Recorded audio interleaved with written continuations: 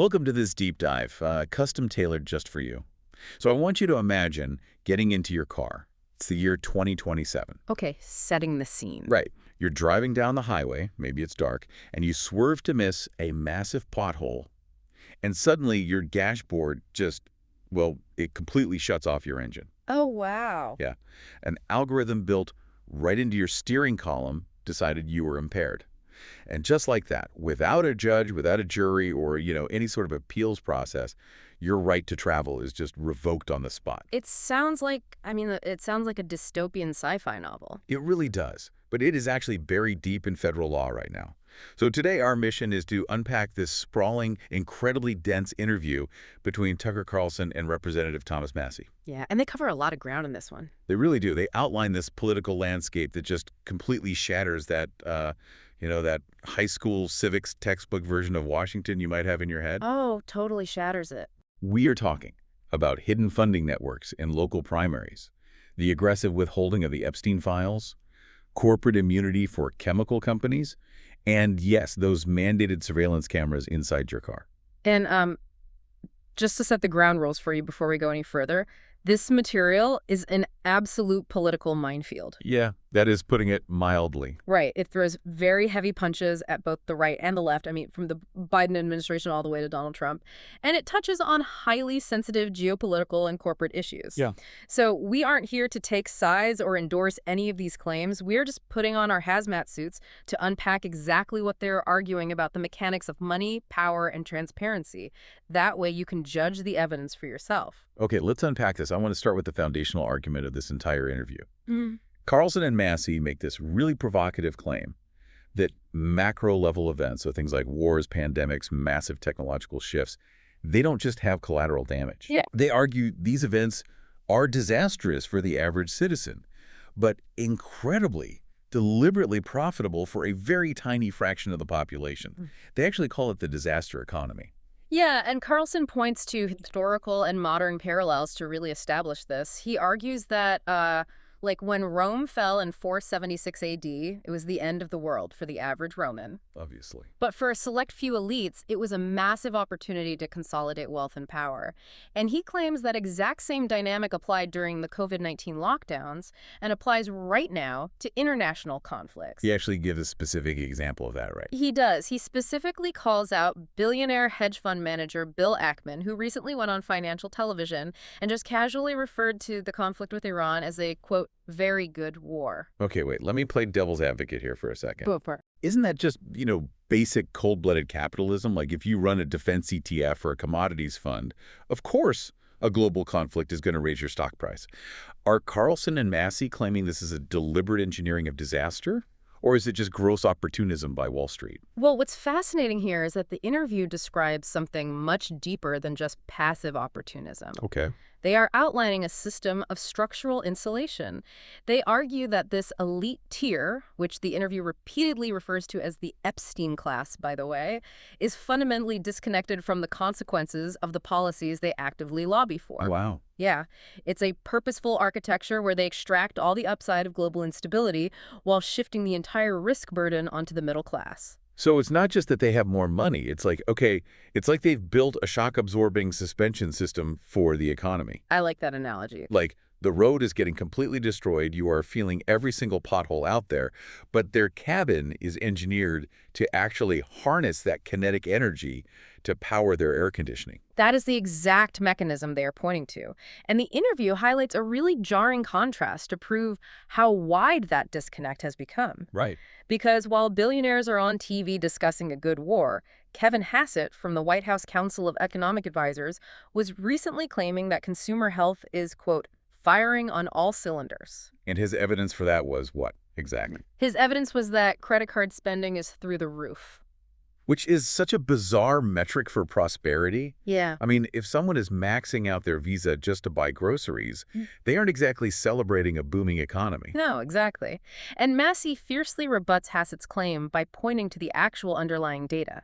He says 111 million Americans currently cannot repay their credit card balances. That is a staggering number. It is. And we need to look at the math here because we aren't talking about low-interest mortgages. The average interest rate on these credit cards is 23%, and legally it can go up to 36%. So the argument is that relying on 36% interest debt to buy daily essentials isn't an indicator of wealth. It is a glaring, flashing warning light of desperation and impending poverty. And it's all happening right on the precipice of this massive technological shift with artificial intelligence. Right. AI. Massie points out the irony of these massive AI data centers being rapidly built in local towns.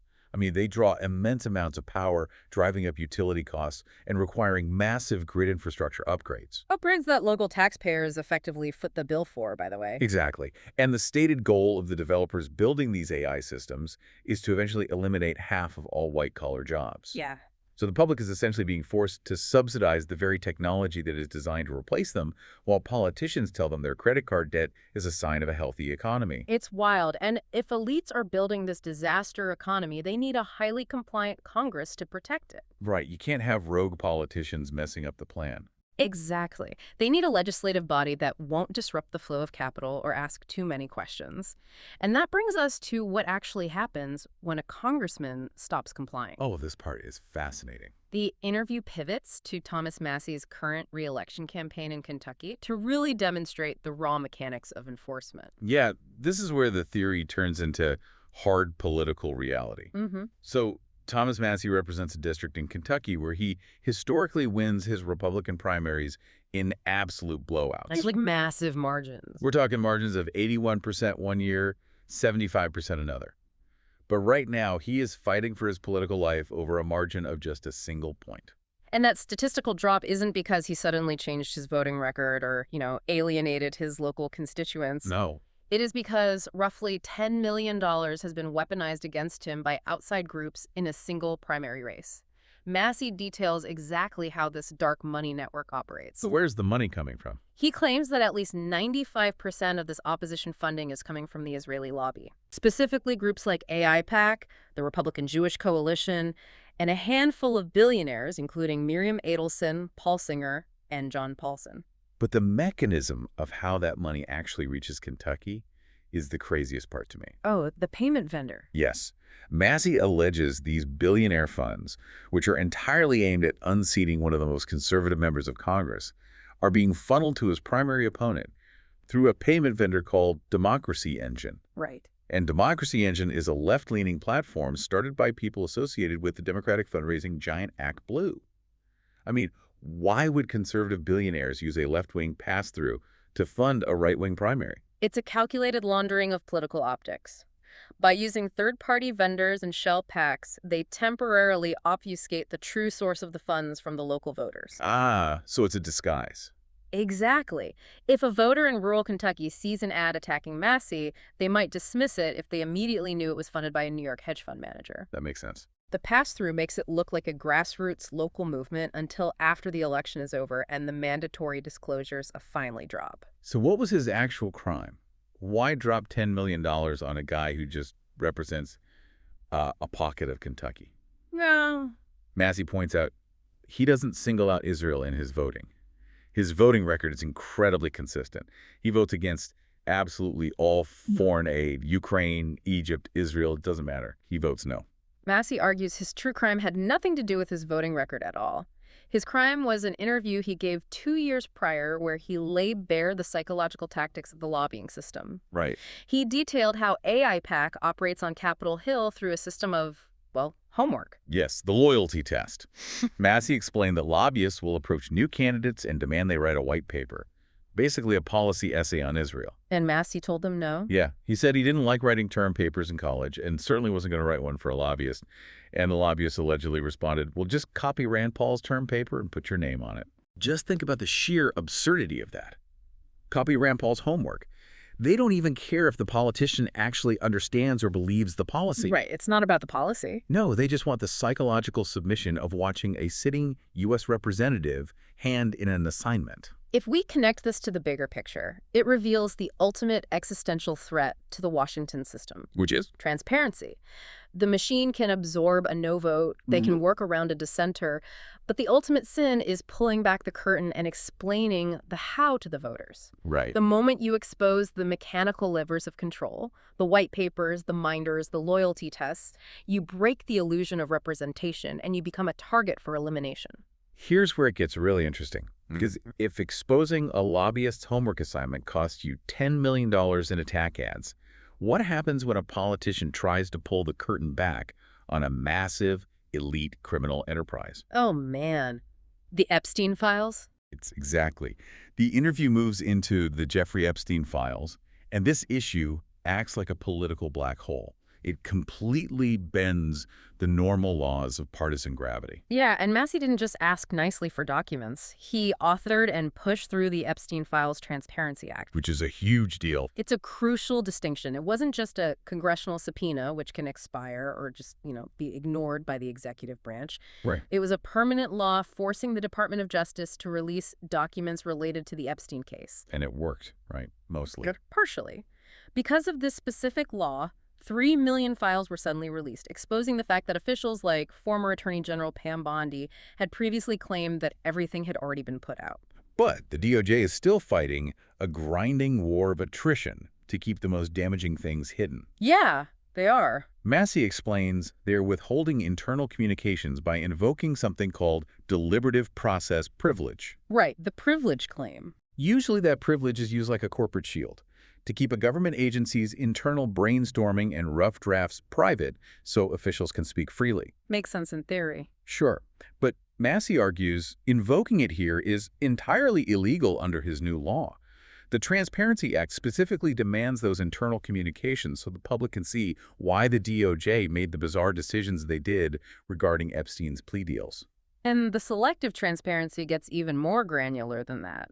Beyond withholding memos, the DOJ is actively redacting the names of alleged co-conspirators in a very surgical way. Surgical is the word. The interview highlights the case of billionaire Leslie Wexner. His name was blacked out in a specific FBI document that allegedly listed him as a co-conspirator. Even though his name appears unredacted thousands of other times in the general flight logs and address books. Exactly. Massie argues this proves a deliberate manual effort by the DOJ to protect highly influential individuals from being directly legally implicated. And when Massie tried to force the issue, the pushback didn't just come from the DOJ or the Democrats. It came from the top of his own party. Yeah, this is where it gets crazy. He details how he filed a discharge petition, which, for you listening, is basically a parliamentary nuclear option. It's a mutiny where, if you get enough signatures, you can bypass the Speaker of the House and force a vote on the floor, even if party leadership is trying to bury the bill in a committee. The reaction to that discharge petition was unprecedented. Massie claims Donald Trump personally pressured Republicans not to sign it and publicly attacked Massie's family on social media to back him off. Over a transparency bill. Yep. Marjorie Taylor Greene allegedly received death threats from within her own political circles over her support for releasing the files. Death threats. And Representative Lauren Boebert was quite literally taken to the White House Situation Room to be intimidated into dropping her support. That detail is just staggering to me. The Situation Room is a SCI, a sensitive compartmented information facility. Right. It has no phones, no recording devices. It's designed for managing severe national security crises, like tracking terrorist leaders.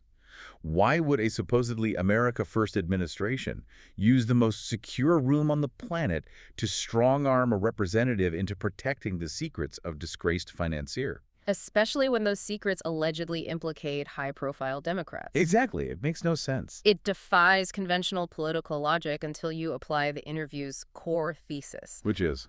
The Epstein class transcends political parties. The massive bipartisan resistance isn't about protecting Democrats or protecting Republicans.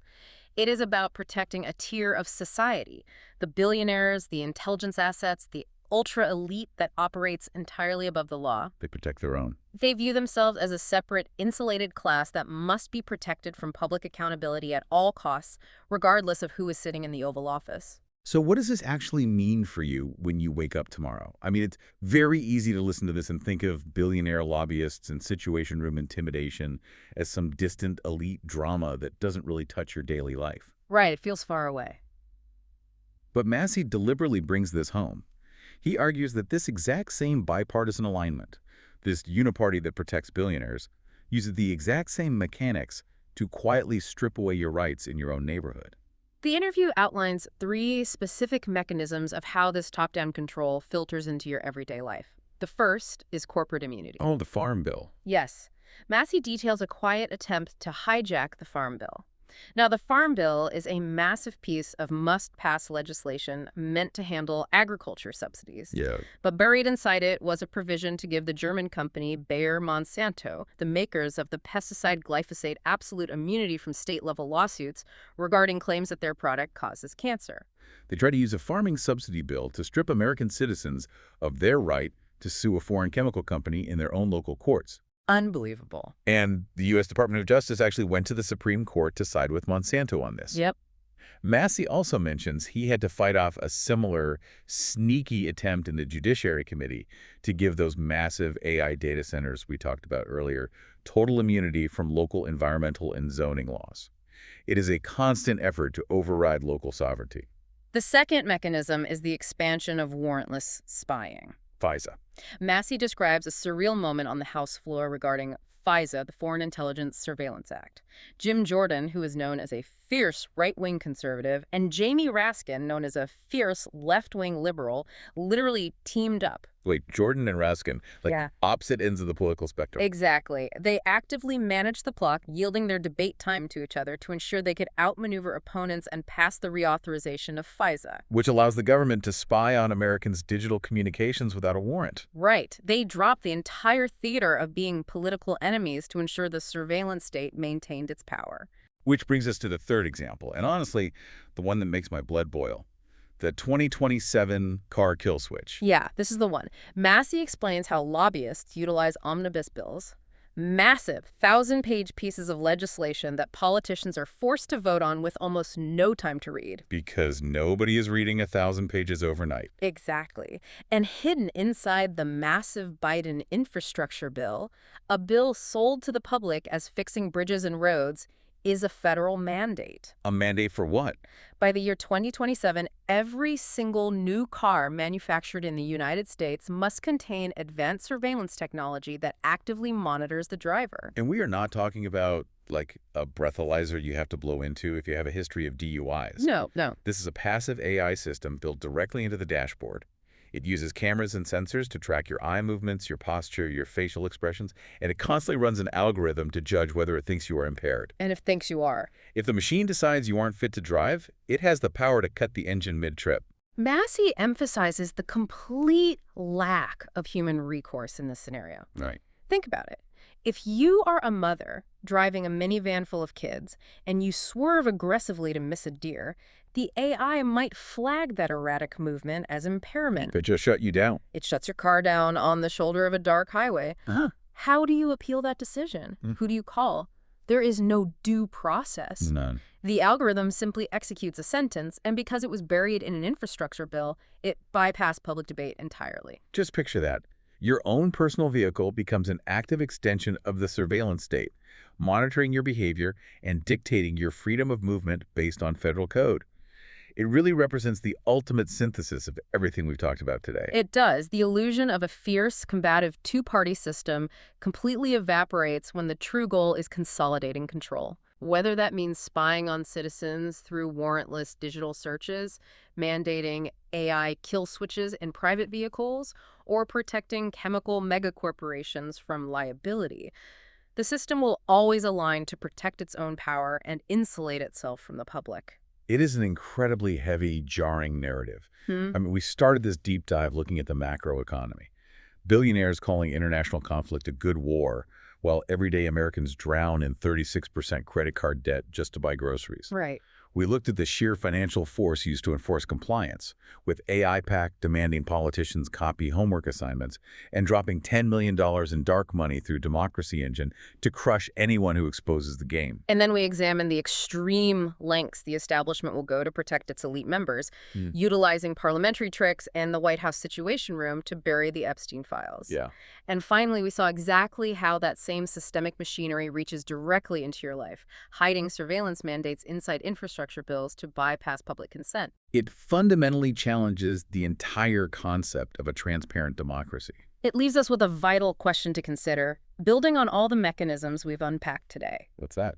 Well, as our world becomes increasingly dependent on complex, interconnected systems, from AI-driven car dashboards to massive data centers and global financial markets, the gap between those who write the rules and those who are forced to live by them is widening at an unprecedented rate. Right. So when the algorithms inside your car, your bank account, and your government are all finally connected to the exact same grid, who is actually holding the override button? That is a thought that will definitely stick with you the next time you turn the key in your ignition or watch a supposedly bitter debate on the House floor. Thank you for joining us on this deep dive. Keep questioning the information around you, and we'll see you next time.